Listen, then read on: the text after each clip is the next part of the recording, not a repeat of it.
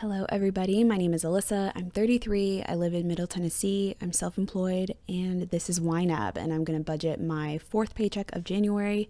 This is actually not my last paycheck. I get one more paycheck in January, which is super exciting. But this is what I've got for now. This is my new budget. If you didn't see my previous video, I kind of did a fresh start. I didn't literally do one of these fresh starts, but I just kind of condensed and consolidated a lot of my categories and trimmed a lot of the unnecessary fat from my available amounts for things that I just don't need money on hand for right now, or maybe even ever. So I put that extra money into my investments for the year, which is super exciting. So this is what we're working with now. I actually do want to make one quick change.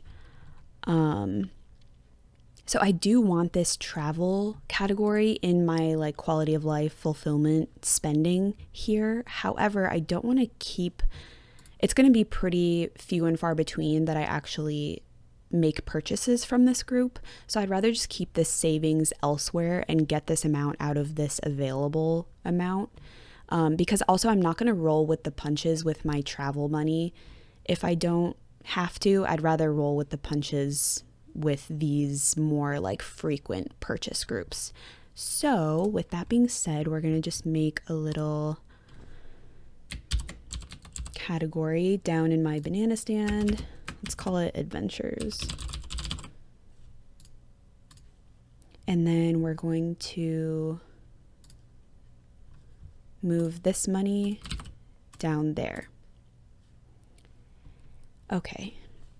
Yeah, that's a lot better. I just didn't like seeing all of that money in my available. And I could still probably trim a lot more from these categories, but I'm going to just see how it feels over the next few weeks or months with my new allowance strategy and how I'm divvying up my quality of life spending. I'll just see if I'm building up an even bigger excess of funds, then I can kind of reassess and see if I need to send more towards my investments.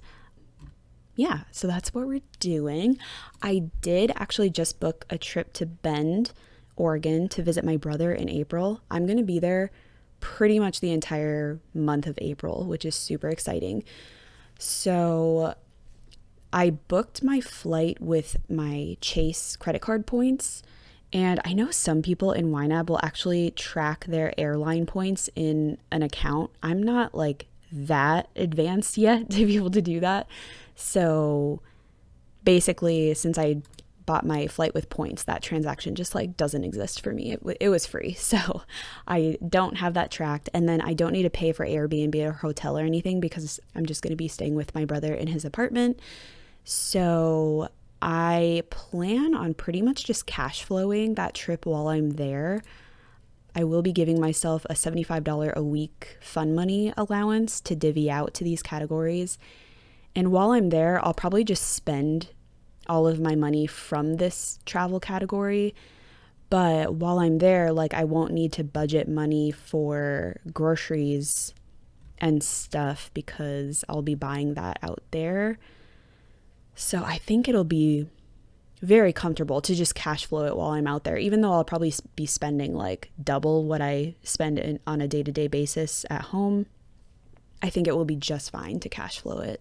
But we'll see. I feel every day I'm changing up how I want to budget. So we'll see. Probably maybe next week I'll be saving up for my Bend trip in here. But for now, I feel comfortable just waiting and cash flowing it as it comes.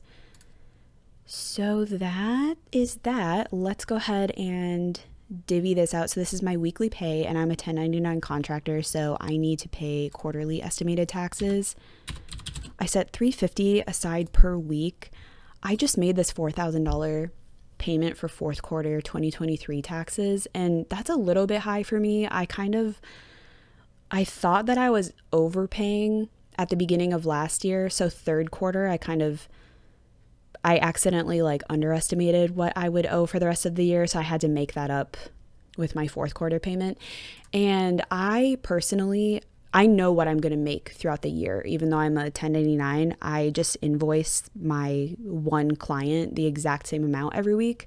So it's pretty straightforward. I know exactly how much I'm going to make in the year if I continue being employed by them. I mean, not technically employed, but you know what I mean. So yeah, it's just easier for me. I just prefer to make equal tax payments per quarter.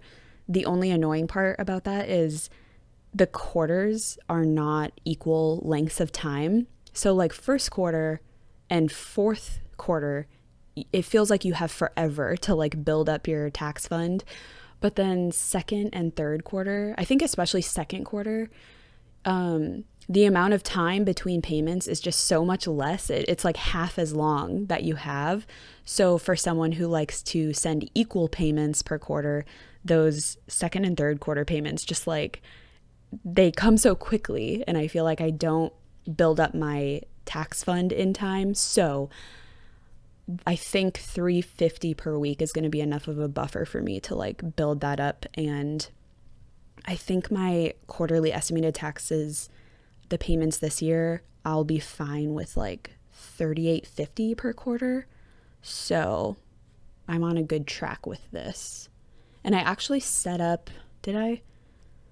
Yeah, so I set up a target starting in February to hit that $38.50 by the time my first quarter 2024 payment is due. So that's looking about right. And I'm going to get a little bit ahead since I budget weekly for this, and this is a 5 paycheck week for me. I'm going to even get a little bit ahead of this month. So that feels good. And so let's go ahead. This video might be a little bit quicker than normal because of how I changed up my budget. Let's just skip my fun money for now, and I think I'm gonna need like $30 for groceries. That should be good. And I still need to pay my new health insurance. So that I just paid for my current health insurance last night, and then my new health insurance I need to pay for before February. And then I'm going to try to call my old health insurance and see if they'll refund me for what I'm not going to use in February. And hopefully I can get some of that money back that I paid so that I don't have to like fully double pay, but we'll see. For now, I at least can budget for the double payment. And then we'll do my $25 a week towards therapy. And for my banana stand, I think I've decided for now to just save for my car, which I think I also made it. Yes. Okay. So for February, I'm going to be targeting $200 per month towards car.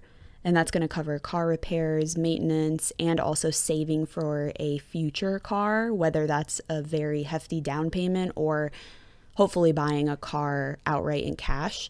And hopefully I won't need a car for like 5 years, but I would like at least $10,000 saved up by the time that time comes. So I think $200 a month should be very comfortable to do. So that is that. So we'll give myself, this is what I'm doing now. Oh, this is my cute new little like allowance category. So this is my holding category that I'm going to assign my fun money to for this fulfillment category. And then from here, I will divvy out to these categories as I see fit. I will definitely want to put my $20 into my food and drink so I can go to Taco Tuesday with my mom. And then I'll probably just kind of leave this here because I don't have any plans for things that I'm going to buy or do or anything right now. So we'll just kind of leave those as they are. And if this builds up, it builds up. And I can decide later if things are building up too much, then I'll probably just send more to my investments later. But I'm trying to like not be too extreme with the changes that I'm making to my budgeting. I don't want to make myself feel like too restricted and go back into a mode of like hoarding money again and building things up. So I think this is fine for now. I mean, that's still a lot. I don't need like $900 in discretionary spending, but it's fine. Baby steps, baby steps. So that means the rest of this is going to go straight to my retirement savings, which is super exciting. And that means I am 25% funded towards my $25,000 investment goal, which is insane. That would be so cool if I could actually do like $30,000 this year, but we'll see. I'm not going to change this target quite yet. We'll see how I feel, especially if I'm going to move this year. I'm not going to be able to put this much towards my retirement. I'm really trying to front load this a lot before I move out and have those new expenses to pay for. So, but yeah, that just feels amazing. Anyway, kind of a quick one today. I hope you all are doing well and have an amazing week, and I will see you next week for my last paycheck of January. All right, thanks for watching. Bye.